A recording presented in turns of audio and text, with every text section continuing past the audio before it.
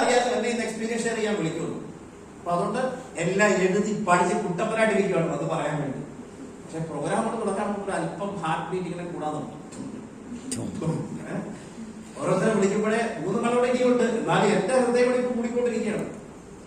എന്നെ അടുത്ത് വിളിക്കാറായപ്പോ ഇതിന്റെ സ്പീഡ് കൊണ്ട് കൂടാൻ നോക്കി.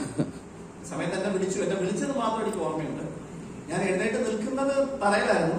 കുറച്ചു നേരം കഴിഞ്ഞപ്പോൾ ഞാൻ എയർലൈൻ അങ്ങനെ ഉണ്ടാവില്ല, ഞാൻ നില തന്നെ ഉണ്ടാവും. ഇതിന്റെ ഓരോ സ്റ്റെപ്പുകൾ വെക്കുമ്പോഴും ഇങ്ങനെ ചില സിനിമയിലൊക്കെ കാണിക്കുന്നില്ല, ആകാശത്തോടൊക്കെ ഇങ്ങനെ കയറിയാണ്. കുറച്ച് പേരേ ഉള്ളൂ, ഒരുപാട് പേരൊന്നും ഇല്ല. പിന്നെ ഒരു കൂടെ ഉണ്ടായി. അവിടെ ചെന്ന് നിന്നപ്പോ കണ്ണിനകത്ത് വെള്ളമൊക്കെ അങ്ങ് ചില സമയത്ത് ടെൻഷൻ കൂടുമ്പോൾ കണ്ണിൽ വെള്ളമൊക്കെ നിറയും. അപ്പൊ കണ്ണിൽ വെള്ളമൊക്കെ നിറഞ്ഞു. അതുകൊണ്ട് ഒരു ഗുണം ഉണ്ടായി. 20 പേര് 100 കണ്ടു. ഒരാളെ 5 കാണുന്നു. കണ്ണിൽ വെള്ളം ഉണ്ടായി കഴിഞ്ഞാൽ 5 കാണുന്നു എന്ന് പറഞ്ഞ പോലെ. അപ്പൊ 20 പേര് പെട്ടെന്ന് 100 പേരെ. ഞാൻ പ്രിപ്പയർ ചെയ്തുകൊണ്ട് വെച്ച് പോയ ഒരു കാര്യം പറഞ്ഞിട്ടില്ല. എന്നാ എന്തെല്ലാം അന്ന് പറഞ്ഞു ഇന്നുവരെ എനിക്ക് ഓർമ്മയില്ല. ലാസ്റ്റ് വന്ന് ഇരുന്നപ്പം എനിക്കൊട്ടും വെയിറ്റ് ഇല്ലാത്ത പോലെ തോന്നിപ്പോയി. അവിടെ വന്ന് ഇരുന്നിട്ട് ചെയറിലൊക്കെ ആണോ ഇരിക്കുന്നത്, പിന്നെ നോക്കി ചെയർക്ക് താഴെ ഉണ്ടോ, ഇതായിരുന്നു എന്റെ അവസ്ഥ. ഞാൻ പറഞ്ഞു വരുന്ന വേറൊന്നും കൊണ്ടല്ല, നമ്മൾ ആരും പ്രൊഫഷണൽ സ്പീക്കേഴ്സ് ആകണം ഒരു നിർബന്ധമില്ല. ഇവിടെ നമ്മൾ പഠിപ്പിക്കുന്നത് റോക്കറ്റ് സയൻസ് ഒന്നുമല്ല, ലോകത്തെ വേറൊരു സബ്ജക്റ്റുമല്ല നമ്മൾ പഠിപ്പിക്കുന്നത്. നമ്മൾ എങ്ങനെ വിജയിക്കാൻ വേണ്ടി നമ്മളെ സഹായിച്ച കാര്യങ്ങൾ എന്താണ്, അത് മാത്രമല്ലേ നമ്മൾ ആൾക്കാരെ പഠിപ്പിക്കുന്നുള്ളൂ. പിന്നെ നമ്മുടെ കൂടെ വരുന്ന ഓരോ ആൾക്കാരും അവരെല്ലാവരും നമുക്ക് വേണ്ടിയിട്ടാണ് വന്നത് അല്ല, അവരെല്ലാവരും വന്നത് സ്വന്തം ബിസിനസ് ആയിട്ടാണ് വന്നത്. അതുകൊണ്ട് നമുക്ക് വളരെയധികം സന്തോഷിക്കാം. ഓരോ ആളുകളും അവരുടെ കഴിവിനൊത്ത രീതിയിൽ ഈ ബിസിനസ് അങ്ങ് ഡെവലപ്പ് ചെയ്തോളും. നമ്മൾ നിരന്തരമായി ആക്റ്റീവായിരുന്നാൽ നാളെ എൻറ്റയർ മൈ ലൈഫ് സ്റ്റൈലിലെ ടോപ്പ് പെർഫോമേഴ്സ് ആവേണ്ടവർ നിങ്ങളുടെ ഓർഗനൈസേഷനിൽ വന്ന് ജോയിൻ ചെയ്തോളൂ. അവരെ തിരിച്ചു കയറുമ്പോൾ നിങ്ങൾ പോലും അറിയാതെ നിങ്ങൾ ITCയും CTC NTC ഒക്കെ ആവും. നമ്മളിങ്ങനെ വീട്ടിൽ നിൽക്കുമ്പോഴായിരിക്കും അടുത്ത റാങ്ക് അടിച്ചു, പിന്നെ അങ്ങോട്ട് പോയി ഇങ്ങോട്ട് വന്ന് എന്തൊക്കെയോ ചെയ്തുകൊണ്ടിരിക്കുമ്പോൾ അടുത്ത റാങ്ക് അടിച്ചു. നമ്മൾ വിചാരിക്കും ഞാൻ കടന്ന് പറഞ്ഞിട്ടായിരിക്കും. ഞാൻ ഉറപ്പിച്ചു പറയാം, ഞാൻ ക്രൗൺ ഡയമണ്ട് ആയത് ഞാനൊരു വ്യക്തി വർക്ക് ചെയ്തത് കൊണ്ടല്ല, it's because of my powerful team. നമ്മളുടെ 2 ക്രൗൺ ഡയമണ്ട്സേ ഉള്ളൂ, അതിലൊരു ക്രൗൺ ഡയമണ്ട് ഞാനാണ്. എന്റെ ആഗ്രഹം അടുത്ത റാങ്ക് ഞാൻ ആദ്യം അടിക്കണമെന്നാണ്. നടക്കാൻ ഭയങ്കര പാടാണ്. ശ്രമിച്ചു നോക്കുക, ഇതിലെ പഠിച്ചോ വെച്ചു അത്രേ ഉള്ളൂ. That's all. നമുക്ക് വല്ല മാറ്റാൻ പറ്റുമോ? ഇല്ല. പിന്നെ എനിക്ക് വലിയൊരു സന്തോഷമുണ്ട്, ഈ കമ്പനിയിലെ ഏറ്റവും ടോപ്പ് ഏർണർ ഞാനാണ്. രണ്ടാമത്തെ ആളും എന്റെ പകുതി പോലും വരുന്നില്ല. I am sure. ഓക്കെ, എന്റെ പകുതി പോലും വരില്ല. എനിക്ക് 3, 4, 5 ഐഡിയിൽ വരുമാനമുണ്ട്, അവർക്ക് ഒറ്റ ഐഡിയിൽ വരുമാനമുണ്ട്. അപ്പൊ അതുകൊണ്ടാണ് ഞാൻ പറഞ്ഞത് I am the earner basically. കാരണം നമ്മൾ എന്തിനാ ഇതിനകത്ത് വന്നത്? പേരാണോ പൈസക്കാണോ? പേര് നമുക്ക് ഇത്തിരി കുറച്ച് കഴിയുമ്പോൾ നമ്മൾ തിരിച്ചു ചിന്തിക്കും കേട്ടോ. അതാണ് ഇതിന്റെ ഒരു പാർട്ട്. കാരണം പണത്തിനൊക്കെ നമുക്ക് സംതൃപ്തി ചെയ്യാൻ പറ്റുന്ന ഒരു പരിധി വരെ ഉള്ളൂ. കറക്റ്റ് ആണോ? ഇല്ല പിന്നെ പോകുന്ന വഴിക്കൊക്കെ 500 നോട്ട് 1000 നോട്ടൊക്കെ ഇങ്ങനെ വാരി എറിഞ്ഞെറിഞ്ഞ് പോകണം. നടക്കുമോ? അത് ലോകത്തിലെ എല്ലാ കാശുകാരും പോലും ചെയ്യാറുണ്ടോ? ഇല്ല, അവൻ നടക്കുന്ന കേസല്ല.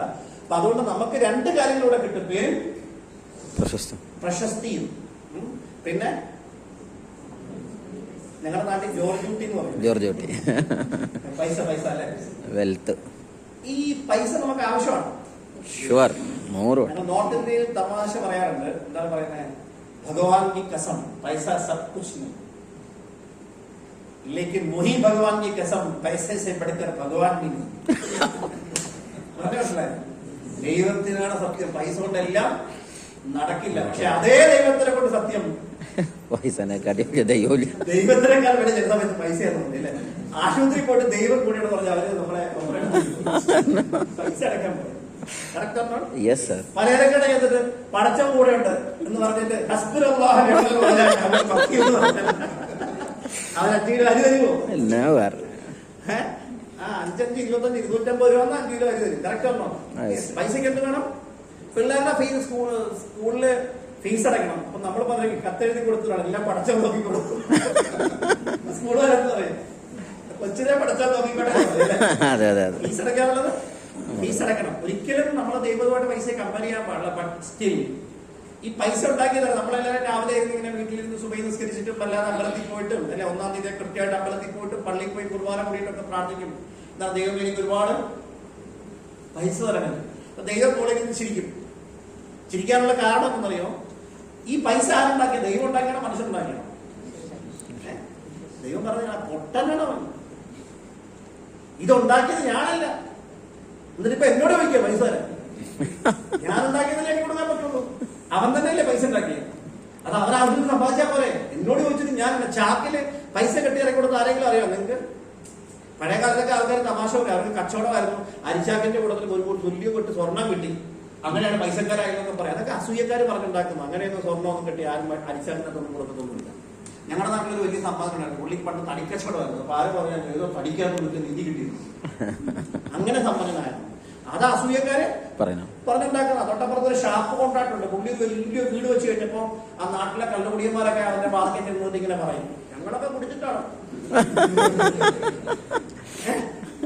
ഞങ്ങളാണ് പുള്ളിയെ പൈസക്കാരനാക്കിയത്. അത് അസൂയക്കാരെ വിഷമത്തിലൊക്കെ എന്തെങ്കിലുമൊക്കെ പറയുന്നുള്ളൂ. എല്ലാവരും അതിനുള്ള വേദന അനുഭവിച്ചു തന്നെയാണ് ഓരോരുത്തരും പൈസ ഉണ്ടാക്കിയിട്ടുള്ളത്. ഇപ്പോഴത്തെ കാലഘട്ടത്തിൽ നിങ്ങളുടെ ഒരു സഹോദരനോ സഹോദരിക്കോ ഒരു എമർജൻസി സിറ്റുവേഷൻ വന്നു, പോട്ടെ, സ്വന്തം മാതാപിതാക്കൾക്ക് ഒരു എമർജൻസി സിറ്റുവേഷൻ വന്നു, മെഡിക്കൽ എമർജൻസിയാണ്, ഒരു 25 ലക്ഷം രൂപ 2 ദിവസത്തിനുള്ളിൽ ചെലവാക്കണം, കൈ പൈസ ഇല്ലെന്നുള്ള അവസ്ഥ ആലോചിച്ചു. നിവർത്തികെട്ട് പോസ്റ്ററടിച്ച് നാട്ടുകാർ പിരിവിനിറങ്ങുന്നത് പല ബസ് സ്റ്റോപ്പുകളിലൊക്കെ കാണാറില്ലേ? നമ്മുടെ പേരിൽ അങ്ങനെ പോസ്റ്റർ അടിച്ച് നാട്ടിലെ ആൾക്കാർ പിരിവിന് പോകുന്ന സന്ദർഭം നമുക്ക് സങ്കല്പിക്കാൻ പറ്റുമോ? ഇല്ല.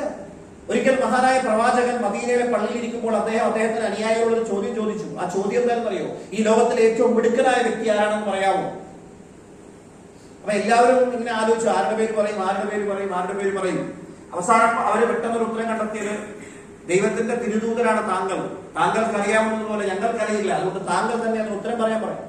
അപ്പൊ ആള് പറഞ്ഞതാണ്, സ്വന്തം മരണത്തിന് വേണ്ടി 100% തയ്യാറെടുത്തിരിക്കുന്നവൻ ആരാണോ അവനാണ് ഈ ലോകത്തിലെ ഏറ്റവും മിടുക്കൻ.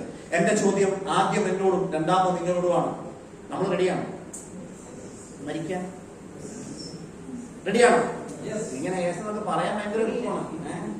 എന്നിട്ട് പ്രൊജക്റ്റോട് നോക്കണം, ബാങ്കിലെ അക്കൗണ്ടിനെ കുറിച്ച് ചിന്തിക്കണം, വളർന്നു വരുന്ന മക്കളെ കുറിച്ച് ചിന്തിക്കണം. പല ആൾക്കാരും ഈ ലോകത്തിനെ കണക്ട് ചെയ്യുന്നത് വെറും പരലോകമായിട്ട് മാത്രമാണ്. ഞാൻ പറഞ്ഞു പരലോകമാണ് ഏറ്റവും പ്രധാനം. പക്ഷേ പരലോകത്ത് നമുക്ക് വെച്ച് പ്രത്യേകിച്ച് വലിയ റോഡുണ്ടോ ഇസ്മായിൽ? ഇല്ല. അത് ഇഹലോകത്ത് മാത്രമേ ഉള്ളൂ എന്തെങ്കിലും റോഡ്. ഇഹലോകത്ത് എന്തെങ്കിലും നന്നായി ചിന്തിച്ചാൽ, നന്നായി ചെയ്താൽ പരലോകമുണ്ട്. കറക്റ്റ്. പരലോകത്തെ കുറിച്ച് അവലപ്പെടാനല്ല. നമുക്ക് ഉത്തരവാദിക്കപ്പെട്ട ഉത്തരവാദിത്തങ്ങളുണ്ട്. ആ ഉത്തരവാദിത്തങ്ങൾ നിറവേറ്റണം. മക്കളോട് ചില ഉത്തരവാദിത്തങ്ങളുണ്ട്, സഹോദരങ്ങളോട് ചില ഉത്തരവാദിത്തങ്ങളുണ്ട്, മാതാപിതാക്കളോട് ചില ഉത്തരവാദിത്തങ്ങളുണ്ട്, സുഹൃത്തുക്കളോട് ചില ഉത്തരവാദിത്തങ്ങളുണ്ട്, നാടിനോട് ചില ഉത്തരവാദിത്തങ്ങളുണ്ട്. കറക്റ്റ് ആണോ? നാട്ടുകാരോടും ഉത്തരവാദിത്തങ്ങളുണ്ട്. സ്വന്തം നാട്ടിലുള്ള ദരിദ്രരായ ആൾക്കാരോട് നമുക്ക് ചിലപ്പോൾ ഉത്തരവാദിത്തങ്ങളൊക്കെ ഉണ്ടാവും. ഈ ഉത്തരവാദിത്തങ്ങൾ എല്ലാം മറക്കാം. നിങ്ങളോട് ഉത്തരവാദിത്തപ്പെട്ടവരാണ്. ഖുർആനിൽ ഒരു വചനമുണ്ട്, അതിന്റെ ഇംഗ്ലീഷ് ട്രാൻസ്ലേഷൻ ഞാൻ വേണമെങ്കിൽ പറയാം. Allah will help only him who help himself. والله في عون العبد والله في عون العبد ما كان والله في عون العبد ما كان العبد في عون أخيه. അതാണ് അതിന്റെ അറബി. പിന്നെ ഒന്ന് വോയിസ് അയച്ചാൽ ഞാൻ പഠിച്ചോളാം. ഇംഗ്ലീഷ് ട്രാൻസ്ലേഷൻ പറയാൻ നിൽക്കണ്ട, പഠിച്ചോളാം. പെട്ടെന്ന് നന്നായിക്കോളാം. നമ്മളെ സഹായിച്ചെങ്കിൽ മാത്രമേ പഠിച്ചോ നമ്മളെ സഹായിക്കാൻ പറ്റുള്ളൂ. പഴയൊരു ചുരിദാറുണ്ട്, നിങ്ങൾ ഭഗവാൻ കൃഷ്ണനിൽ വിശ്വസിച്ചാലും ശരി, നിങ്ങൾ ജീസസ് ക്രൈസ്റ്റിൽ വിശ്വസിച്ചാലും ശരി, നിങ്ങൾ പ്രവാചകൻ മുഹമ്മദ് നബിയിൽ വിശ്വസിച്ചാലും ശരി, നിങ്ങൾക്ക് നിങ്ങളിൽ വിശ്വാസമില്ലെങ്കിൽ ഈ പറഞ്ഞവരിൽ ഒരാൾക്കും നിങ്ങൾക്ക് വേണ്ടി ഒന്നും ചെയ്യാൻ സാധിക്കില്ല. നമുക്ക് വേണ്ടി ആരെ ചെയ്യാൻ സാധിക്കുള്ളൂ? നമ്മൾ മാത്രമേ ചെയ്യാൻ സാധിക്കുള്ളൂ. നമ്മളെന്ന് പറയുന്ന വ്യക്തിയുടെ സൃഷ്ടിപ്പിനെ കുറിച്ച് ഒരു സെക്കൻഡോ ചിന്തിച്ചു നോക്കണം. നമ്മളെന്ന് പറയുന്ന വ്യക്തി ഈ ഹാളിൽ ഇത് വന്നിരുന്ന് കേൾക്കുന്നുണ്ടെങ്കിൽ കുറെ കാര്യങ്ങൾ ആക്റ്റീവ് ആയതുകൊണ്ടാണ് കേൾക്കുന്നത്. മനസ്സിലാവുന്നു ഞാൻ പറയുന്നത്? നിങ്ങൾക്ക് തിരിയുന്നുണ്ടോ? ഇവിടെ തിരിയാന്നല്ലോ. നിങ്ങളുടെ നാട്ടിൽ പോയി തിരിയുന്നുണ്ടോ വെച്ചാൽ ഞാൻ ഇവിടെ പഠിച്ചിട്ടുള്ളതുകൊണ്ട് ഏകദേശം മലപ്പുറത്തെ സ്ഥലം എനിക്ക് ഒട്ടും അറിയില്ല. ആക്ച്വലി ഞാൻ അധിക സമയം ഇവിടെ വന്നിട്ടില്ല. പക്ഷെ എന്നാലും എനിക്ക് മനസ്സിലാവും. ഞാൻ പറയുന്ന കാര്യങ്ങൾ നിങ്ങൾക്ക് മനസ്സിലാവുന്നുണ്ടെങ്കിൽ ദൈവത്തിന് നന്ദി പറയുക. എനിക്ക് പറയാം അൽഹംദുലില്ലാ എന്ന് പറഞ്ഞാൽ. കാരണം അത് മനസ്സിലാക്കാനുള്ള സിറ്റുവേഷൻ ഉണ്ട്. Mind is working, eardrum is working and brain is coordinating everything. ഈ ഒരു താളം കൊണ്ട് തെറ്റിയാലും ചിരി കേൾക്കാൻ എത്രയോ ആൾക്കാർ ഈ ലോകത്തുണ്ട്, ഉണ്ടോ ഇല്ലയോ? ബുദ്ധി വികസിക്കാൻ എത്രയോ ആൾക്കാർ ലോകത്തുണ്ട്. കാരണം കൈക്കും ചലനശേഷി ഇല്ലാത്ത എത്രയോ ആൾക്കാർ ലോകത്തുണ്ട്. അവരുമായിട്ടൊക്കെ ചിന്തിക്കുമ്പോൾ നമ്മള് അനുഗ്രഹിക്കപ്പെട്ടവരാണോ അല്ലയോ? Yes, sir. എന്നാലും നമ്മുടെ ഉള്ളിലെ പ്രശ്നം, എന്റെ പ്രശ്നങ്ങൾ ഇതൊക്കെയാണ് വലിയ പ്രശ്നങ്ങളാ പറഞ്ഞത്. ഒരു സെക്കൻഡ് ആ ഫലസ്തീനിലെ കുഞ്ഞു മക്കളെ കുറിച്ച് ആലോചിച്ച് നോക്കി. ഫലസ്തീൻകാരെ ഇങ്ങനെ ടി വി കാണിക്കുന്നുണ്ട്. ആഫ്രിക്കയിൽ ഇതിനേക്കാളൊക്കെ ഇരട്ടി എത്രയോ ആൾക്കാരുണ്ടെന്നറിയോ? നാളെ രാവിലെ എഴുന്നേൽക്കുമ്പോൾ ഞാനും എന്റെ മക്കളും ജീവനോടെ ഉണ്ടാകുമോ എന്ന് പോലും അവർക്കറിയില്ല. ഈ ബോംബ് വന്ന് വീഴുന്ന എവിടാന്ന് അറിയില്ല. അവരുണ്ടാക്കിയ സ്വത്തുക്കളെല്ലാം നഷ്ടപ്പെട്ടു പോയി. അവിടുന്ന് വലിയ സമ്പന്നന്മാർ വരെ ഒന്നുമില്ലാത്തവരെ റോഡിൽ കൂടെ നടക്കും. ഒന്നുമില്ല, കാറില്ലാതെ പോവില്ല, AC ഇല്ലാതെ നിൽക്കില്ല, പട്ടുമെത്തയിലല്ലാതെ കിടക്കില്ല, ഏറ്റവും വിഭവസമൃദ്ധമായ ആഹാരം അല്ലാതെ കഴിക്കില്ല. വീട്ടിലെല്ലാത്തിനും സേവകന്മാരുണ്ട്. പറഞ്ഞിട്ടെന്ത് കാര്യം? എല്ലാം കളഞ്ഞു ഒന്നുമില്ലാത്തവരായി മാറി. കേട്ടോ? ഇതൊക്കെ കാണുമ്പോ വെറുതെ കണ്ടോ അയ്യോ സങ്കടം വന്നിട്ട് ചാനൽ മാറ്റിക്കളയും, കഷ്ടപ്പെട്ട് വന്നിട്ട് ചാനൽ മാറ്റിക്കളയും. നമ്മൾ അങ്ങനെ ചാനൽ മാറ്റാൻ വരട്ടെ. ആ അവസ്ഥയിൽ നമ്മളെങ്ങാണോ അവിടെങ്ങാണോ ജനിച്ചിരുന്നെങ്കിലാണ് നമുക്ക് അതിന്റെ വേദന അറിയുള്ളൂ. അവിടെ മരിച്ചു വീഴുന്ന നമ്മുടെ മാതാപിതാക്കളായിരുന്നെങ്കിലോ, നമ്മുടെ പിഞ്ചുമക്കളായിരുന്നെങ്കിലോ? ലോക സമസ്ത സുഖിനോ ഭവന്തു എന്നാണ് ഭാരതത്തിന്റെ പുരാതന ആദർശങ്ങൾ പറഞ്ഞത്. ലോകാസമസ്ത, ലോകം മുഴുവൻ സുഖിനോ ഭവന്തു, സുഖമായിരിക്കട്ടെ. അതാണ് ഭാരതത്തിന്റെ സംസ്കാരം ആവശ്യപ്പെട്ടത്. വസുദൈവ കുടുംബകം, പുരാതന ആദർശം അതാണ്. വസുദൈവ കുടുംബകം, വസുദൈവ കുടുംബകം. ലോകം മുഴുവൻ ദൈവത്തിന്റെ ഒരേ ഒരു കുടുംബമാണല്ലേ. സൂറത്തുൽ നിസായിലെ ആദ്യത്തെ ആയത്ത് പറയുന്നതാണ്. ദൈവം സൃഷ്ടിച്ചത് ഈ ഭൂമിയിൽ ആദ്യം ഒരാത്മാവിനെയാണ്. അതിൽ നിന്നും അതിന്റെ ഇണയെ സൃഷ്ടിച്ചു. ഇവർ രണ്ടിൽ നിന്നുമായി അനേകം സ്ത്രീകളെയും അനേകം പുരുഷന്മാരെയും സൃഷ്ടിച്ചു. അവരിലൂടെ നിങ്ങളെ ഞാൻ ഇവിടെ ലോകത്തിൽ പരത്തി. അതുകൊണ്ട് നിങ്ങൾ പടച്ചവനെ സൂക്ഷിക്കുക, നിങ്ങളെ സൃഷ്ടിച്ചവനെ സൂക്ഷിക്കുക. കുടുംബ ബന്ധങ്ങളെയും, കുടുംബബന്ധം ഉദ്ദേശിച്ചത് അച്ഛനും അമ്മയും സഹോദരങ്ങളും മാത്രമല്ല, ഈ ലോകത്തുള്ള എല്ലാവരും. മുഹമ്മദും ഭാസ്കരനും ജോസഫും അവർ ഒരേ കുടുംബത്തിലല്ലേ. ഞാൻ ചങ്ങനാശ്ശേരി നേരത്തെ ജുനൈദ് പറഞ്ഞപ്പോ എനിക്ക് ശരിക്കും പറഞ്ഞാൽ അവിടെ ചിരിക്കുവായിരുന്നു. ചങ്ങനാശ്ശേരി ഞാൻ തന്നെ പറഞ്ഞിട്ട് കുറെ കാലം. ഞാൻ ചങ്ങനാശ്ശേരി ജനിച്ചു വളർന്നു 22 വയസ്സ് വരെ അവിടെ ഉണ്ടായിരുന്നു മാത്രമേ ഉള്ളൂ. അത് കഴിഞ്ഞ് പിന്നെ ഞാൻ ചങ്ങനാശ്ശേരി അധികം കണ്ടിട്ടില്ല.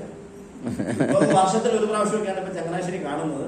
പിന്നീട് ഞാൻ എറണാകുളത്തുകാരനായി കുറെ കാലം, അതിനിടയ്ക്ക് കുറെ കാലം ഞാൻ ഡൽഹിക്കാരനായി, കുറച്ച് കാലം ദുബായിക്കാരനായി, ഇപ്പോൾ ഞാൻ അമേരിക്കക്കാരനാണ്. ഈ കയ്യടി എല്ലാം കൊണ്ടത് മൈ ലൈഫ് സ്റ്റൈൽ മാനേജ്മെന്റിലാണ് കേട്ടോ. കാരണം അതിന്റെ ഒരു വളർച്ചയുടെ ഘട്ടത്തിലാണ് ഞാൻ ഇങ്ങനെയൊക്കെ പല പല പല പല സ്ഥലങ്ങളിലേക്കും മാറി മാറി മാറി മാറി മാറി പോയത്. ഞാനിപ്പോൾ ഒരു American resident. I have A green card. അധികം താമസിക്കാതെ എനിക്ക് അവിടുത്തെ പാസ്പോർട്ട് കിട്ടും. അതെന്റെ വലിയൊരു സ്വപ്നമാണ്, വേറെ ഒന്നും കൊണ്ടല്ല. ലോകത്തിന്റെ 95% രാജ്യങ്ങളിലും വിസ ഇല്ലാതെ പോവാം. നമ്മളിവിടെ ദുബായ് പോകണമെങ്കിൽ അഡ്വാൻസായിട്ട് വിസ വാങ്ങിക്കണം. ഇവിടുന്ന് എമിഗ്രേഷൻ കൗണ്ടറിൽ ചെല്ലുമ്പോൾ, ടിക്കറ്റ് കൗണ്ടറിൽ ചെല്ലുമ്പോൾ അവിടെ ചോദിക്കും ഏതാ കോഴിക്കോട് എയർപോർട്ടിൽ ചെന്ന് കരിപ്പൂരി എന്ന് കഴിഞ്ഞാൽ അവർ ആദ്യം ചോദിക്കും പാസ്പോർട്ട്. കൊടുത്തു. വിസ ഇല്ല, വിസ വേണം. കറക്റ്റ് ഒന്നോ? യെസ്. അതേ സമയത്ത് നമ്മുടെ പാസ്പോർട്ട് അമേരിക്കൻ പാസ്പോർട്ട് ആണെങ്കിലോ നോ പ്രോബ്ലം. ഇനി ആ ഒരു പവർ എന്തിനാ കിട്ടേണ്ടെന്ന് പറയാം. ഉദ്ദേശിക്കുന്ന വേറെ ഒന്നും കൊണ്ടല്ല. ലോകത്ത് എവിടെ വേണമെങ്കിലും നാളെ ഈ ബിസിനസ് ഡെവലപ്പ് ചെയ്യാൻ വന്നാൽ ലോകരാജ്യങ്ങൾ മുഴുവൻ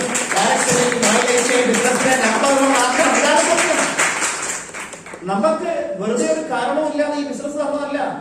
അതുകൊണ്ട് നമ്മുടെ സ്വന്തം കാര്യത്തെ കുറിച്ച് മാത്രമല്ല ചിന്തിക്കേണ്ടത്. ഇതൊരു ടീം വർക്കാണ്. നമ്മുടെ കൂടെ വരുന്നവരുടെ വിജയത്തിന് ആനുപാതികമാണ് നമ്മുടെ വിജയം. നമ്മുടെ കൂടെ വരുന്നവർക്ക് വിജയം കറക്റ്റ് അല്ലെങ്കിൽ നമ്മുടെ വിജയവും കറക്റ്റ് ആവില്ല. നമ്മൾ ടൈറ്റിലാണെങ്കിൽ നമ്മുടെ ടീം നമ്മളെക്കാൾ 100 ഇരട്ടി ടൈറ്റിൽ ആയിരിക്കും. അവിടെ നമ്മുടെ ടൈറ്റിനെ കുറിച്ചല്ല നമ്മൾ ചിന്തിക്കേണ്ടത്. നമ്മൾ ഫ്രീ ആവണമെന്ന് മാത്രമല്ല, നമ്മുടെ കൂടെ ഉള്ളവരും അവർക്ക് സർവൈവ് ചെയ്യാനുള്ള ഇൻകം ആഡ് ചെയ്യണം. ഇനി ഓരോരുത്തരും മനസ്സിലാക്കേണ്ട ഒരു സത്യം, അവനവൻ സർവൈവ് ചെയ്യാനുള്ള ഇൻകം വാങ്ങൽ അവനവന്റെ ഉത്തരവാദിത്വമാണ്. പല ആൾക്കാരും ചോദിക്കും, സാർ ഞാനിപ്പോ ഒരു TC ആണ്, ഞാൻ ഒരാഴ്ചയിൽ എത്ര വരുമാനം വാങ്ങണം? മണ്ടൻ ചോദ്യം. നിങ്ങൾ TC ആയിക്കോട്ടെ MTC ആയിക്കോട്ടെ, ജീവിക്കാൻ നിങ്ങൾക്ക് എന്തുമാത്രം ആവശ്യമുണ്ട് അത് വാങ്ങിയേ പറ്റൂ. മാസാവസാനം എത്തുമ്പോൾ 1 ലക്ഷം രൂപയെങ്കിലും മിച്ചം പിടിക്കാൻ പറ്റണം. കാരണം നാളെ എങ്ങാനും ഒരു വണ്ടി ഇടിച്ച് കിടപ്പിലായി പോയാൽ, അങ്ങനെ കിടന്നു പോയവരാണ് ഞാൻ. അതുകൊണ്ടാണ് പറഞ്ഞത്, എത്ര ആരോഗ്യം ഉണ്ടെങ്കിലും വണ്ടി വന്നിടിക്കുമ്പോൾ നിങ്ങളുടെ കിഡ്നി ഫംഗ്ഷനിങ് കറക്റ്റ് ആയിരുന്നു, ലിവർ ഫംഗ്ഷനിങ് കറക്റ്റ് ആയിരുന്നു, ഹാർട്ട് വെൽ ഹാർട്ട് പോലും കഴിക്കാതെ വെൽ ഹാർട്ട് ആയിരുന്നു എന്ന് പറഞ്ഞിട്ട് ഒരു കാര്യമില്ല. കാലും കൈ ഒടിഞ്ഞ് തളർന്നു പോയാൽ അവിടെ കിടക്കത്തേ ഉള്ളൂ. കറക്റ്റ് ആണോ? ഒരു ചെറിയ ഒരു കണക്ഷനിൽ ഒരു വ്യത്യാസം വന്നാൽ മതി. എന്റെ ഉമ്മയ്ക്ക് ഞങ്ങൾ ചങ്ങനാശ്ശേരിക്കാർക്ക് ഒരു അത്ത അമ്മ എന്നൊക്കെ ഞങ്ങൾ വിളിക്കുക. അവിടെ ഞാൻ അമ്മ എന്നാണ് വിളിക്കുക. ബേസിക്കലി അമ്മ എന്നാണ് വിളിക്കുക. എല്ലാം അങ്ങനെ തന്നെയാണ്. എനിവേ ഞാൻ പറയുന്നത് എന്റെ അമ്മയ്ക്ക് ശ്വാസമുട്ടലിന്റെ അസുഖമുണ്ടായിരുന്നു, ആസ്മ. ഞങ്ങളെ ഉമ്മയെ കാണിച്ചുകൊണ്ടിരുന്ന ഒരു ഡോക്ടറുണ്ട്, അലക്സ് ഡോക്ടർ എന്ന് പറയും. ചങ്ങനാശ്ശേരി ഗവൺമെന്റ് ഹോസ്പിറ്റലിലെ ഒരു നല്ല മനുഷ്യനായ ഡോക്ടറാണ്. നിങ്ങളൊക്കെ സ്ഥിരമായിട്ട് പുള്ളിയെ കാണാൻ പോകുന്ന എനിക്ക് സന്തോഷമാണ്. കാരണം ഈ ശ്വാസം കിട്ടാതെ നമ്മൾ പേടിച്ചിരിക്കുമ്പോൾ ഈ ഡോക്ടറെ കാണപ്പെടാം, നമുക്കൊരു ശ്വാസം കിട്ടും. പുറത്തിരുന്ന പുള്ളികളൊക്കെ സന്തോഷമായിട്ടൊക്കെ നോക്കുമ്പോഴും മരുന്നുകളൊക്കെ കൊടുക്കും. ചിലപ്പോൾ സാമ്പിളൊക്കെ വന്നാൽ നമ്മുടെ സാമ്പത്തിക സിറ്റുവേഷനൊക്കെ മനസ്സിലാക്കി സാമ്പിളിൽ നിന്നുള്ള കുറച്ച് മരുന്നൊക്കെ എടുത്ത് കൊടുക്കുമ്പോൾ വലിയ സന്തോഷമാണ്. അത് മേടിക്കാനൊക്കെ സത്യം പറഞ്ഞാൽ പോകുന്നതന്നെ. ഈ മെഡിക്കൽ റെപ്രസെന്റേറ്റീവ് ഡോക്ടറിന് പറയാൻ മരുന്നൊക്കെ കൊടുക്കും. ഡോക്ടർ കിട്ടുന്നില്ല, ഡോക്ടറിന് കഴിക്കാൻ പറ്റത്തില്ല, മരുന്നല്ലേ. അത് ഡോക്ടർ വരുന്ന ആർക്കെങ്കിലും കൊടുത്തില്ല. It is not for sale എന്ന് വെണ്ടയ്ക്ക് ആശയത്തിൽ എഴുതി വെച്ചിട്ടുണ്ട്. ഡോക്ടർ വരുന്നവർക്കൊക്കെ കൊടുത്ത് പരീക്ഷിക്കാൻ നമുക്ക് ഇപ്പോഴാണ് മനസ്സിലായത്. അപ്പൊ ഞാൻ പറഞ്ഞു വരുന്നത് അല്ല, അങ്ങനെയും അതും ഉപയോഗപ്പെടുത്തുന്ന ആൾക്കാരുണ്ട്. അപ്പൊ അങ്ങനെ അവിടെ ചെല്ലുന്നത് നല്ല ആരോഗ്യമുള്ള നല്ല ചെറുപ്പക്കാരനായ നല്ല ചൂഷുള്ള ഒരു ഡോക്ടർ.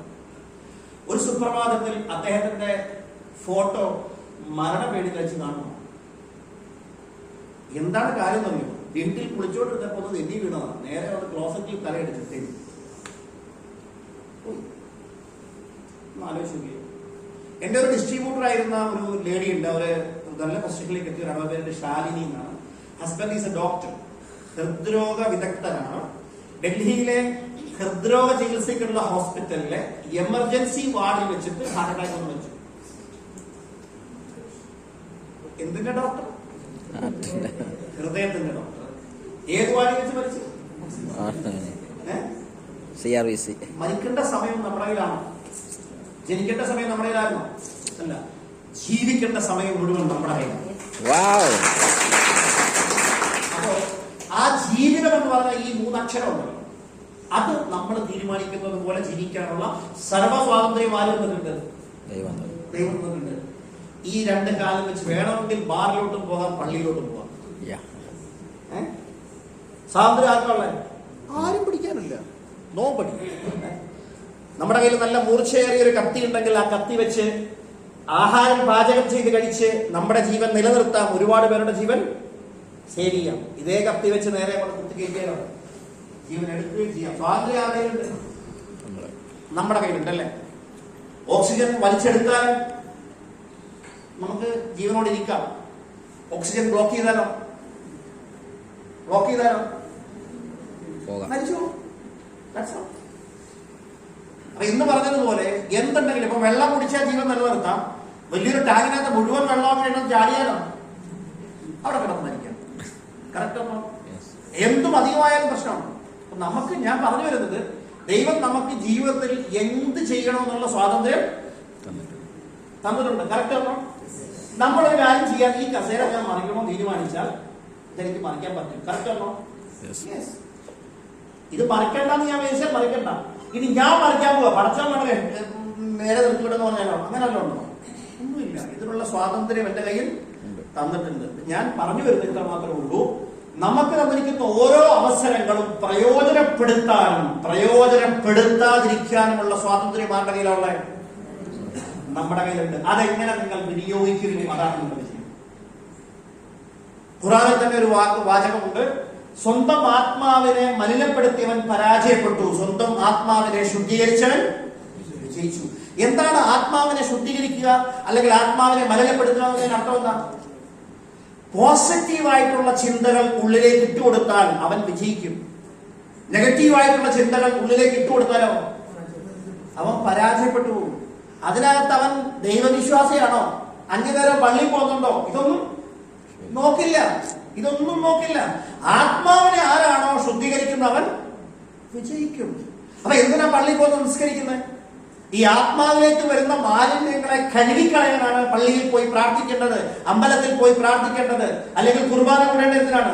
ഈ ആത്മാവിൽ വന്നിരിക്കുന്ന ശരീരം കുളിച്ചാൽ പോകണം, പക്ഷെ മനസ്സിൽ വന്നിരിക്കുന്ന അടികൂടിയിരിക്കുന്ന മാലിന്യങ്ങളും ദുശ്ചിന്തകളും ദുർപ്രേരണകളും ഒക്കെ അവിടെ പോയാലേ കഴുകിക്കളയാൻ പറ്റുള്ളൂ.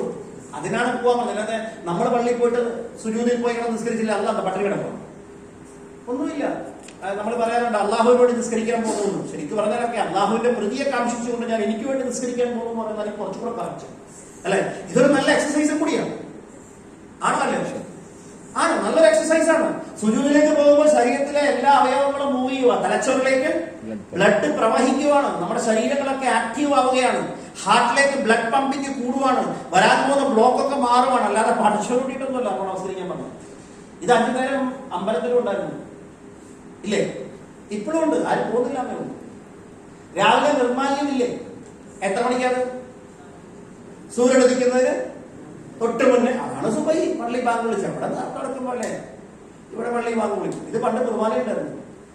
സൗകര്യപ്രദമായ രീതിയിൽ മാറ്റിയതാണല്ലോ. അല്ലെങ്കിൽ 1-ാം തീയതി പോയാൽ മതി എന്ന് വിചാരിക്കും. അത്രേ ഉള്ളൂ. ഇതൊക്കെ അവനവന്റെ സൗകര്യത്തിന് വേണ്ടി മാറ്റി പിടിച്ചതാണ്. ഇപ്പോഴും നല്ല അമ്പലങ്ങളിലും ഉഷപൂജ ഇല്ലേ? ഉഷപൂജ എത്ര മണിക്കാണ്? സൂര്യൻ മധ്യാഹ്നത്തിൽ വരുമ്പോൾ. അതാണ് ലോഹം. അടുത്ത 4 മണിയാകുമ്പോൾ നട തുറന്നിട്ട് മണിയൊക്കെ അടിച്ച് കടക്കുന്ന പരിപാടിയില്ലേ?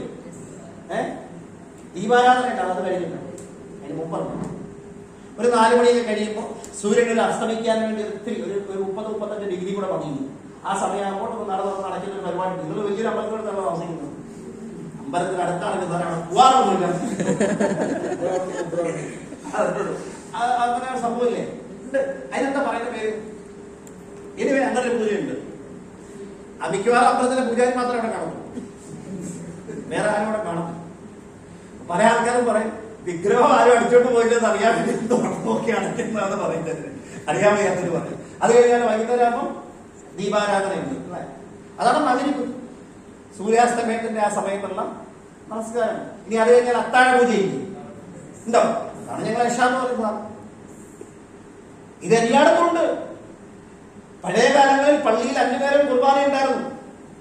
പിന്നെ സൗകര്യം പ്രമാണിച്ച് മാറ്റി ഇടവകയിലെ ആൾക്കാർ പോലെ അച്ഛൻ ഇനിയിപ്പോ നമുക്ക് ആഴ്ചയിൽ 1 മതി എന്ന് പറഞ്ഞാൽ ആഴ്ചയിൽ 1 മതി, അല്ലെങ്കിൽ പ്രത്യേകിച്ച് നോമ്പിന്റെ സമയത്തൊക്കെ മതി എന്ന് പറഞ്ഞാൽ അങ്ങനെയൊക്കെ പ്ലാൻ ചെയ്തു. പക്ഷെ ഇവിടെ നിർബന്ധമാക്കി വെച്ചതാണ്.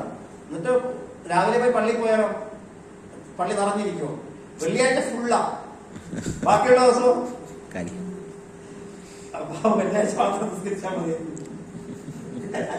സത്യം പറഞ്ഞ വെള്ളിയാഴ്ച ഏലും പോകുന്നുണ്ടല്ലോ. ഇതിനു പോലും പോകാത്ത മഹാന്മാരായ ആൾക്കാർ ഒരുപാട് അവിടെ നാട്ടിലുണ്ട്. കറക്റ്റാണ് അല്ലെ? നമ്മൾ ആരെയും കുറ്റം പറയുന്നതല്ല, ഞാൻ പറഞ്ഞു വരുന്നത് ഇതെല്ലാം എന്തിനു വേണ്ടിയായിരുന്നു? നമ്മുടെ ആത്മാവിനെ ശുദ്ധീകരിക്കാൻ.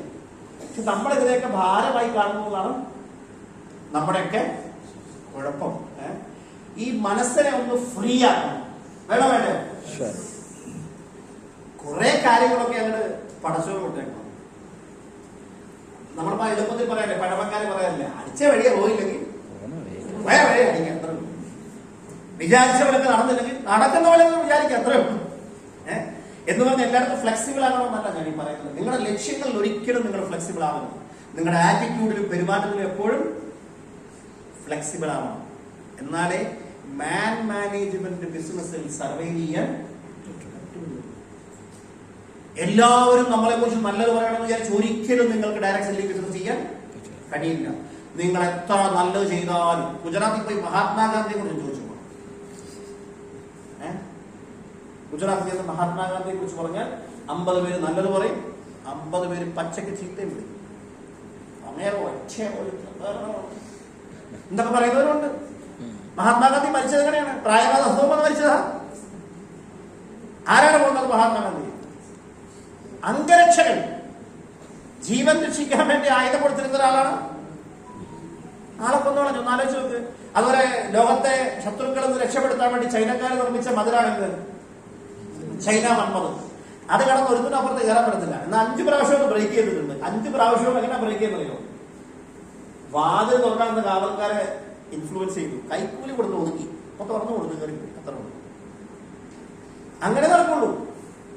അപ്പൊ ഞാൻ പറഞ്ഞു വരുന്ന കാര്യം ഇത്ര മാത്രമേ ഉള്ളൂ. നമ്മളെ സംബന്ധിച്ചോളം നമുക്ക് ഈ ജീവിതം തന്നിട്ടുണ്ടെങ്കിൽ, ഈ ജീവിതത്തിൽ നമ്മളെ ജീവിക്കണമെന്നുണ്ടെങ്കിൽ, ചിന്തിക്കണമെന്നുണ്ടെങ്കിൽ, മനസ്സിലാക്കണമെന്നുണ്ടെങ്കിൽ, നമ്മളിവിടെ എത്തണമെന്നുണ്ടെങ്കിൽ, നമ്മുടെ ശരീരത്തിനോടൊപ്പം ദൈവത്തിന്റെ അത്ഭുത ശക്തിയായ ഒരു ആത്മാവ്, അല്ലെങ്കിൽ ദേഹത്തിൽ ആ ദേഹി പരമാത്മാവിൽ ആ ആത്മാവ് വർക്ക് ചെയ്യുന്നതുകൊണ്ടാണ് നമ്മളെല്ലാം ആക്റ്റീവായിട്ടിരിക്കുന്നത്. കറക്റ്റ് ആണോ? ഞാൻ പറഞ്ഞുകൊണ്ട് യോജിക്കുന്ന എത്ര ആൾക്കാരുണ്ട്? നമ്മൾ മരിച്ചു കഴിഞ്ഞാൽ നമ്മളെന്താ വിളിക്കുക? പേര് വിളിക്കുമോ അതോ ബോഡി എന്ന് പറയണോ? മയ്യത്ത് കൊണ്ടുവന്ന് മയ്യത്ത് എപ്പോ കുളിപ്പിക്കും, മയ്യത്ത് എപ്പോ എടുക്കും എന്നൊക്കെയല്ലേ ചോദിക്കുള്ളൂ. മറ്റൊരാളെ ബോഡി കൊണ്ടുവന്നോ എപ്പം ദഹിപ്പിക്കും അല്ലെ? പേര് പറയോ? ഇല്ല. പേരെപ്പ ആരായിരുന്നു? ശരീരത്തിനാണോ പേര്, ആത്മാവിനാണോ പേര്? ആത്മാവിനാണ്. ശരീരത്തിനാണോ? അല്ല. ചില ആൾക്കാർ പറയാം സാറ് ബിസിനസ് പറയണമെന്ന്, സാറ് ബിസിനസ് പറഞ്ഞിട്ടുണ്ട്, ആത്മാവ് പരമാത്മാവ് ഇതൊക്കെ കേട്ടിട്ട് ശരിക്കും പറഞ്ഞ എല്ലാ കേൾക്കുകയും ഒന്നും മനസ്സിലാകാതിരിക്കുന്നതാണ് പരാജയം. അപ്പം ഞാൻ പറഞ്ഞു വരുന്നൊരു പോയിന്റ് ഇത്ര മാത്രമേ ഉള്ളൂ. നിങ്ങൾ ഈ ബിസിനസ്സിൽ വെറുതെ നിങ്ങൾ മാത്രമല്ല, ഞാൻ മാത്രം വിചാരിച്ചിട്ട് വന്നതല്ല. ആണോ? അല്ല. ദൈവം നമ്മളെ ഇതിൽ കൊണ്ടുവന്നതാ. നമ്മൾ ഇവിടെ വരേണ്ടവരായിരുന്നു, നമ്മൾ ചെയ്യേണ്ടവരായിരുന്നു, നമ്മൾ ഇതിൽ വിജയിക്കേണ്ടവരാണ്. ഇതിൽ വിജയിക്കാൻ വേണ്ടി മാത്രം ദൈവം നമ്മളെ ഇവിടെ കൊണ്ടുവന്നതാണ്. പരാജയപ്പെടാൻ. എന്തുകൊണ്ടാണ് ആൾക്കാർ പരാജയപ്പെടുന്നത്? അവർക്ക് വിജയിക്കുമെന്നുള്ള വിശ്വാസമില്ലാത്തത് കൊണ്ടാണ്. ആ വിശ്വാസമില്ലാതെ വരുമ്പോൾ പ്രവർത്തിക്കുന്ന തലത്തിൽ ആത്മാർത്ഥത ഇല്ലാത്തത് കൊണ്ടാണ്.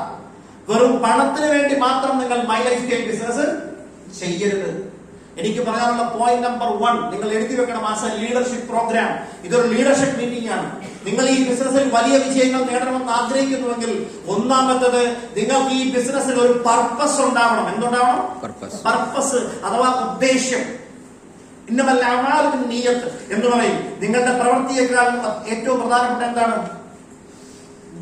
നിയ്യത്താണെന്ന് പറയും. നിങ്ങളുടെ നിയ്യത്ത് അഥവാ ഉദ്ദേശം, നിങ്ങളുടെ ഉള്ളിലുള്ള തീരുമാനം, ഉദ്ദേശം. എന്തിനു വേണ്ടിയിട്ടാണ് ഞാൻ ഈ ബിസിനസ് ചെയ്യേണ്ടത്? പർപ്പസ്. എന്താണ് പർപ്പസ്?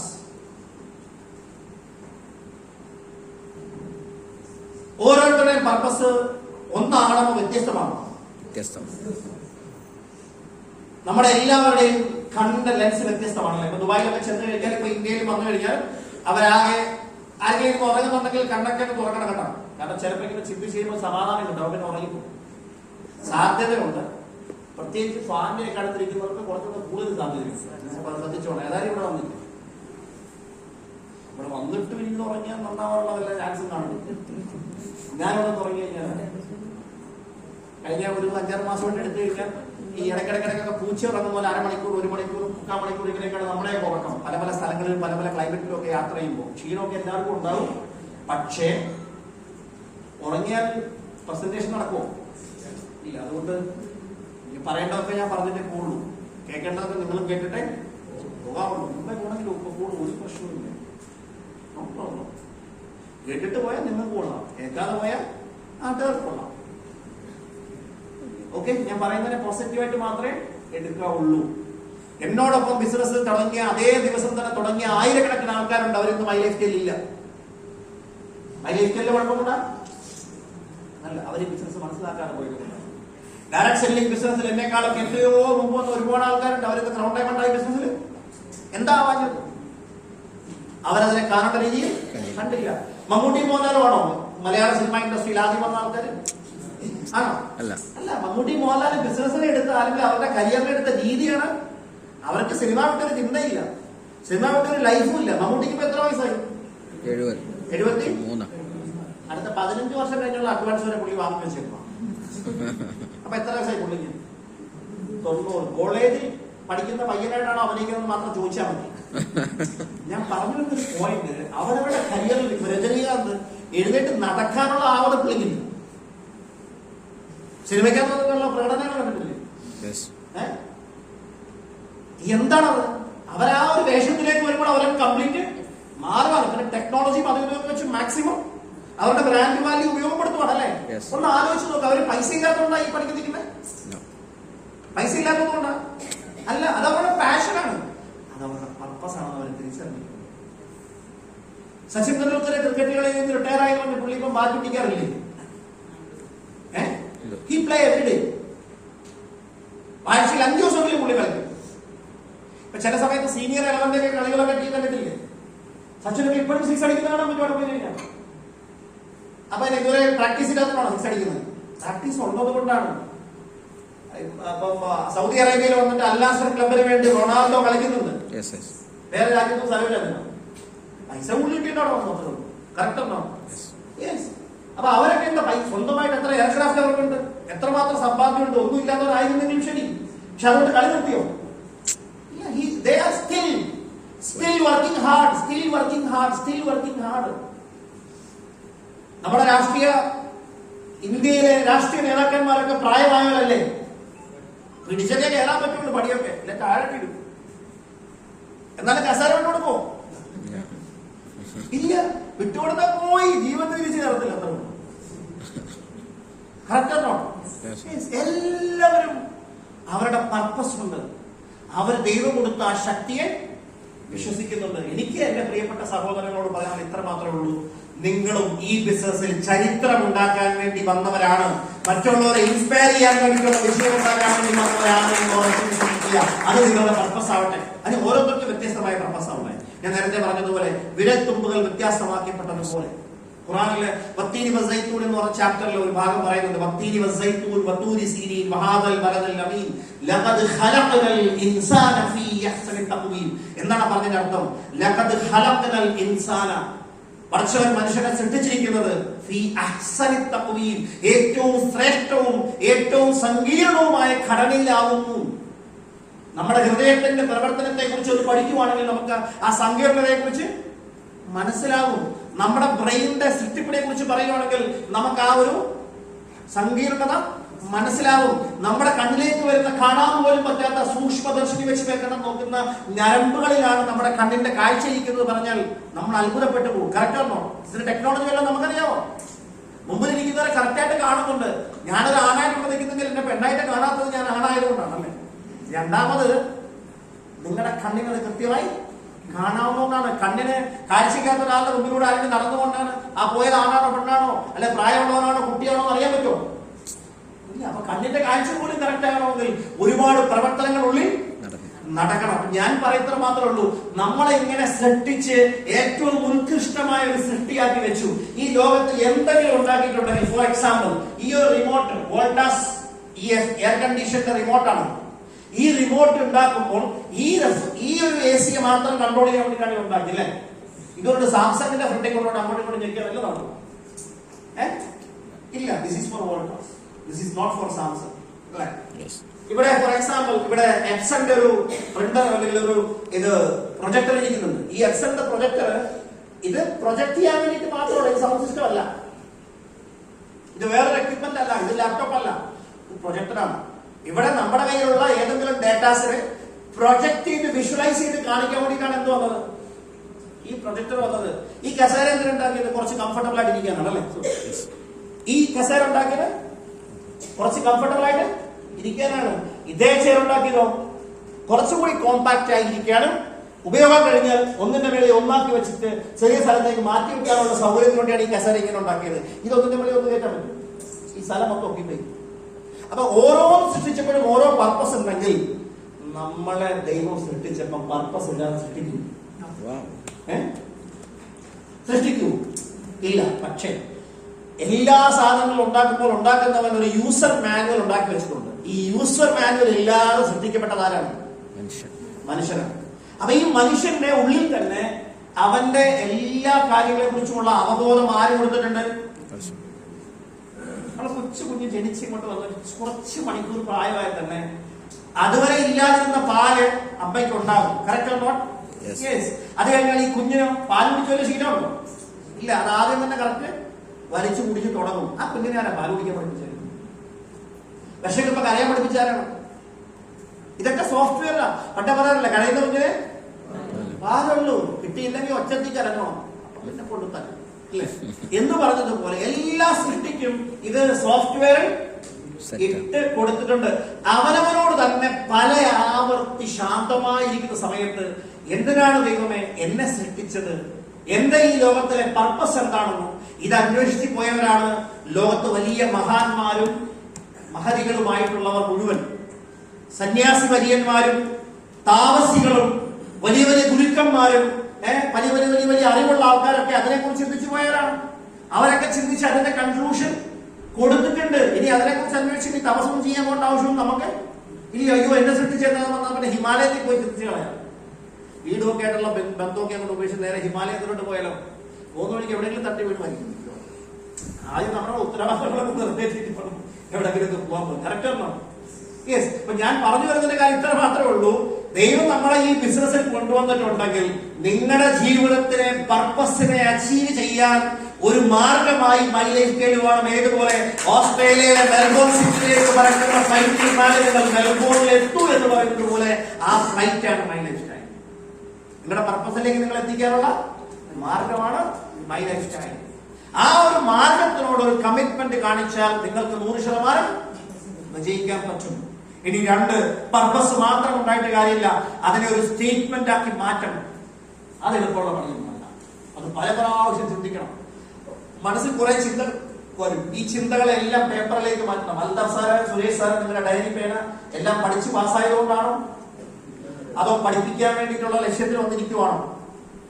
മൊബൈലുണ്ട്, ഇതൊക്കെ എടുത്ത് അവിടെ ഇരിക്കത്തേ ഉള്ളൂ. ഇതൊക്കെ എടുത്ത് അവിടെ മൊബൈൽ ഇരിക്കത്തേ ഉള്ളൂ. ഒന്നും എല്ലാവരും നോക്കൊന്നുമില്ല. You have to come with your book. ഇത് നമ്മൾ തുടങ്ങേണ്ട എവിടെ നിന്നാണ്? നമ്മളിപ്പോ എന്റെ ഫോർ എക്സാമ്പിൾ ബാഗ് ഇവിടെ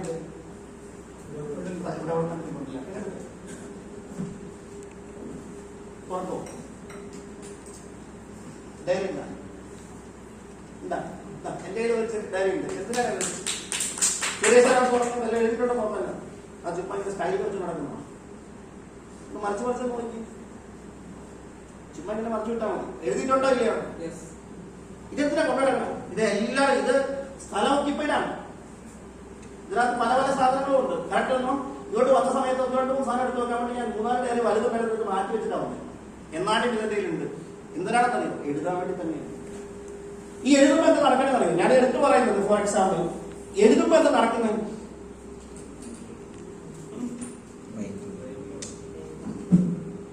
The best way to learn a subject is to write it. ഇതൊക്കെ എനിക്കറിയാവുന്നല്ലേ? നമുക്കറിയാത്തല്ലോ. അറിയാത്തതല്ലോ, ചെയ്യാത്തതല്ലോ കാര്യം. അറിയാത്തതല്ലോ പ്രശ്നം. അപ്പൊ നമ്മുടെ അറിയുന്നവനായി ഭാവിച്ചാൽ അവിടെ തീർന്നു ബിസിനസ്. പല എല്ലാരും ഇങ്ങനെ പണ്ട് എന്താ പറയാ ഒരു കാരണവന്റെ കഥ പറയും. നാട്ടിൽ എല്ലാവരും കല്യാണത്തിന് വിളിക്കുമ്പോൾ കാരണവരോട് ഒരു വടി വെച്ചിട്ടുണ്ട്. വടിയെ കൊണ്ടിരിപ്പുണ്ട്. അവസാനം കാരണവരുടെ മകന്റെ കല്യാണം വന്നു. മൊത്തം വടിയെ ഉണ്ടായിരുന്നു. ആദ്യം തിരിച്ചൊരു വടി കൊടുത്തു. വടി ഉണ്ടെങ്കിൽ ഞാൻ വന്നു എന്നുള്ള അർത്ഥം പറഞ്ഞ പോലെ ഈ മൊബൈൽ നല്ലതാണ്. ഇതിങ്ങനെ നമ്മൾ റെക്കോർഡ് ചെയ്യും. എന്താ സംഭവിക്കാന്ന് പറഞ്ഞത് കുറച്ച് വർഷം കഴിയുമ്പോഴത്തേന് യുവർ സ്റ്റോറേജ് ഈസ് ഫുൾ എന്ന് എഴുതിയാണ്. ആ മൊബൈലിൽ തന്നെ ഒരു ക്ലീനിങ് ആപ്പ് ഉണ്ട്. അതിനകത്ത് പറയും വലിയ വലിയ ഫയലുകളൊക്കെ ഡിലീറ്റ് ചെയ്തോട്ടെ. യെസ് എന്നടിക്കും. 24-ാം തീയതി ഞാൻ എടുത്തോണ്ടുന്ന പോരാ ഡിലീറ്റ്. പിന്നീട് കിട്ടുമോ?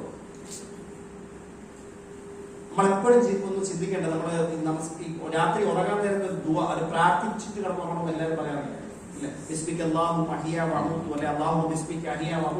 എന്ന് പറഞ്ഞ് കിടക്കുന്ന എന്തുകൊണ്ടാണ്? എന്നെ ജീവിപ്പിക്കുകയും മരിപ്പിക്കുകയും ചെയ്തിട്ടുള്ള അള്ളാഹുവിന്റെ നാമത്തിൽ ഞാൻ ഇതാ കിടക്കാൻ പോവാണ്. രാത്രി എങ്ങാണ്ട് കിടക്കുന്ന സമയത്ത് ഓക്സിജൻ എടുക്കുന്ന പണിയിൽ നിന്ന് വരുന്നല്ലോ. നമ്മൾ ആരും കിടക്കാൻ വലിക്കണം പോലെ ഓർത്താണ് കിടക്കുന്നത്. അതോ തന്നെ വലിയ അല്ലേ? അതോ നമ്മുടെ ഐച്ഛിക പ്രവർത്തനമാണോ? അല്ല. നമ്മൾ കിടക്കുന്ന റൂമിലേക്ക് ആരെങ്കിലും ഓക്സിജന് പകരം വിഷവാതകം കയറ്റി വിട്ടാലോ? Gone finish. നമ്മളൊന്ന് കിടന്നോണ്ടിരിക്കുമ്പോൾ ആരെങ്കിലും ജസ്റ്റ് ഒരു കത്തി കൊണ്ട് ജസ്റ്റ് ഒറ്റ തട്ടങ്ങ് തട്ടിക്ക് എങ്ങനെയാണ് ഫിനിഷ് ഖത്തം. അറബി പറഞ്ഞ ഖലാസ് കംപ്ലീറ്റ് തീർന്നു. ഇല്ല അത്രയല്ലേ ഉള്ളൂ. എത്രയോ പേര് ഉറക്കത്തിൽ സൈലന്റ് അറ്റാക്ക് വന്ന് മരിക്കുന്നുണ്ട്. കറക്റ്റാണോ? നമുക്ക് സംഭവിച്ചു. കാരണം സാറേ നമുക്ക് സംഭവിച്ചൂടെ? ആർക്കും വേണമെങ്കിലും സംഭവിക്കാം. ഓരോരിക്കുന്ന വണ്ടി ഇടിച്ചാൽ വീട് വലിച്ചിരുന്നല്ലോ ഉറപ്പുണ്ടോ? ഇല്ല. ഞാൻ പറഞ്ഞു വരുന്നത്, ഞാനെടുക്കുന്ന ഈ ട്രെയിനിങ് പ്രോഗ്രാം എനിക്കറിയില്ല. Maybe it's my last one. Maybe എനിക്കറിയില്ല. I don't know even. അറിയില്ല. ഇപ്പൊ നാളെ സാറിന് ട്രെയിനിങ് എഴുതാൻ വല്ല കാര്യമുള്ളൂ. അതുകൊണ്ടാണ് ഞാൻ നേരത്തെ പറഞ്ഞത്, സ്വന്തം മരണത്തിന് വേണ്ടി തയ്യാറെടുത്തിരിക്കുന്നവൻ ആരാണോ അവനാണ് ഏറ്റവും മിടുക്കൻ. അത് പരലോകത്തിന് ഉദ്ദേശിച്ച് മാത്രം പറഞ്ഞതല്ല. നിങ്ങളുടെ വളർന്നു വരുന്ന മക്കളെയും നിങ്ങൾ പണിയാതിരിക്കുന്ന വീടും അവരുടെ വിദ്യാഭ്യാസവും അവരുടെ ലൈഫും അതുപോലെ തന്നെ നിങ്ങൾക്ക് സന്തോഷം തരേണ്ടതെല്ലാം, നിങ്ങൾ കണ്ടു നിൽക്കേണ്ട ഈ ലോകം, നിങ്ങൾ കാണണമെന്ന് ചെറുപ്പം മുതലേ ആഗ്രഹിച്ച ഒരുപാട് സംഭവങ്ങൾ, നിങ്ങൾ ചെയ്യണമെന്ന് ആഗ്രഹിച്ച ഒരുപാട് സ്വപ്നങ്ങൾ, ഇതെല്ലാം പൂർത്തീകരിക്കാനാണ് ദൈവം നിങ്ങളിവിടെ സൃഷ്ടിച്ചത്. ഇത് അവസാനം അവിടെ ചെന്നുള്ള ദൈവത്തിന് മുമ്പിലൂടെ ഒരു ഭാണ്ഡക്കെട്ട നിൽക്കുന്നു. എനിക്ക് ഒരുപാട് പൈസ കിട്ടിയില്ല, എനിക്ക് ഒരുപാട് സ്ഥലങ്ങൾ കാണാൻ പറ്റിയില്ല, ഞാൻ മൊത്തം കഷ്ടപ്പെട്ടു. അപ്പൊ ആ ദൈവം ചോദിക്കുന്ന ആദ്യത്തെ ചോദ്യം, നിന്നോട് ആര് പറഞ്ഞു ഒന്നും കാണണം? നിന്നോട് കഷ്ടപ്പെടാൻ ആരാ പറഞ്ഞത്? കഷ്ടപ്പെടേണ്ടത് കഷ്ടപ്പെടണമായിരുന്നല്ലോ. ഒരിടത്ത് കഷ്ടപ്പെട്ടിട്ട് രക്ഷപ്പെടത്തില്ലെന്ന് മനസ്സിലായാൽ പിന്നെ അവിടെ കിടന്ന് കഷ്ടപ്പെടേണ്ട വല്ല കാര്യം ഉണ്ടായിരുന്നു. പാറപ്പുറത്തോട്ട് കൃഷി ചെയ്ത് കഴിഞ്ഞാൽ വല്ല വിത്ത് കിട്ടുമോ? വല്ല വിളവ് കിട്ടുമോ? ഇല്ല. അത് വളക്കൂറുള്ള മണ്ണിൽ വേണം കൃഷി ചെയ്യാൻ. എന്തെങ്കിലും ഞാൻ പറഞ്ഞു വരുന്നൊരു പോയിന്റ്, ലോകത്തൊരു വേൾഡ് ഫേമസ് സോഷ്യോളജിസ്റ്റ് ഉണ്ട്, ആന്റണി കമ്പോളോ എന്നാണ് അദ്ദേഹത്തിന്റെ പേര്. ആന്റണി കമ്പോളോ അദ്ദേഹത്തിന്റെ ലോക പ്രശസ്തമായ ഒരു ബുക്കിൽ അദ്ദേഹം ഒരു റിസർച്ചിനെ കുറിച്ച് പറഞ്ഞിട്ടുണ്ട്. 95 വയസ്സിന് മേലെ പ്രായമുള്ള സെലക്ട് ചെയ്യപ്പെട്ട 50 ആളുകളെ എടുത്തു നടത്തിയൊരു പഠനമായിരുന്നു. ലോകത്തെ ഒരു വലിയ മെസ്സേജ് കൊടുത്തൊരു പഠനമാണ്. എത്ര പേർക്ക് അതിനെ കുറിച്ച് കേട്ടിട്ടുണ്ട്? ഇവിടെ ആരും കേട്ടിട്ടില്ല. ഈ ഒരു പഠനം നടന്നത് ഇതാണ്. 95 വയസ്സിന് മേലെയുള്ള ചിന്തിക്കാനും സംസാരിക്കാനും ശേഷിയുള്ള 50 ആളുകളെ എടുത്തിട്ട് ഒരു ചോദ്യം ചോദിച്ചു. ഇനി ഒരിക്കൽ കൂടി നിങ്ങൾക്ക് ജീവിതം ജീവിക്കാൻ കിട്ടിയാൽ, പുതിയ ജീവിതം കിട്ടിയാൽ വ്യത്യസ്തമായി നിങ്ങൾ എന്ത് ചെയ്യും? ചോദ്യം എന്താണ്? ഞാനിത് പറയുമ്പോൾ നിങ്ങളിത് കേട്ട് എല്ലാം മനസ്സിലായി പോകും. ഒരാഴ്ച കഴിയുമ്പോണ്ടല്ലോ ഈ ദിവസം തന്നെ മറന്നു, ഇന്നിട്ടിരുന്ന ഡ്രസ്സിന്റെ കളർ മറന്നു, ഞാൻ വന്നത് എന്ത് കളർ ഡ്രസ് ഇട്ടാണെന്നുള്ള അത് നിങ്ങൾ മറന്നു പോകും. ഞാൻ പറഞ്ഞ ടോപ്പിക്കുകളെല്ലാം മറന്നുപോകും. നിങ്ങൾ ഇരുന്ന വരി മറന്നുപോകും. നിങ്ങളുടെ ലെഫ്റ്റിലും റൈറ്റിലും ഇരുന്ന ആളുകളെ മറന്നുപോകും. നിങ്ങൾ പലതും മറന്നുപോകും. കറക്റ്റ് അല്ലോ? അപ്പൊ അതുകൊണ്ടാണ് എഴുതാൻ പറയുന്നത്. എഴുതാൻ വേണ്ടിയിട്ടല്ലേ ബുക്കും പേനയൊക്കെ ഉണ്ടായത്. ടെക്നോളജി വളർന്നതുകൊണ്ട് എഴുതണ്ടെന്ന് വല്ല നിർബന്ധമുണ്ടോ? ഇല്ല. ഒരു മൊബൈൽ വർക്ക് ചെയ്യണമെന്നുണ്ടെങ്കിൽ നമ്മൾ ജസ്റ്റ് ഒരു സ്റ്റാൻഡ് കൊണ്ടുവന്നിട്ട് ആ സ്റ്റാൻഡിനകത്തോട്ട് ഈ മൊബൈൽ അവിടെ കുത്തി വെച്ചിട്ട് അവിടെ ഇരുന്നാൽ മതി. അത് മൊബൈൽ റെക്കോർഡ് 5 മണിക്കാണ്. നമ്മളെന്ത് ചെയ്യണം? ഈ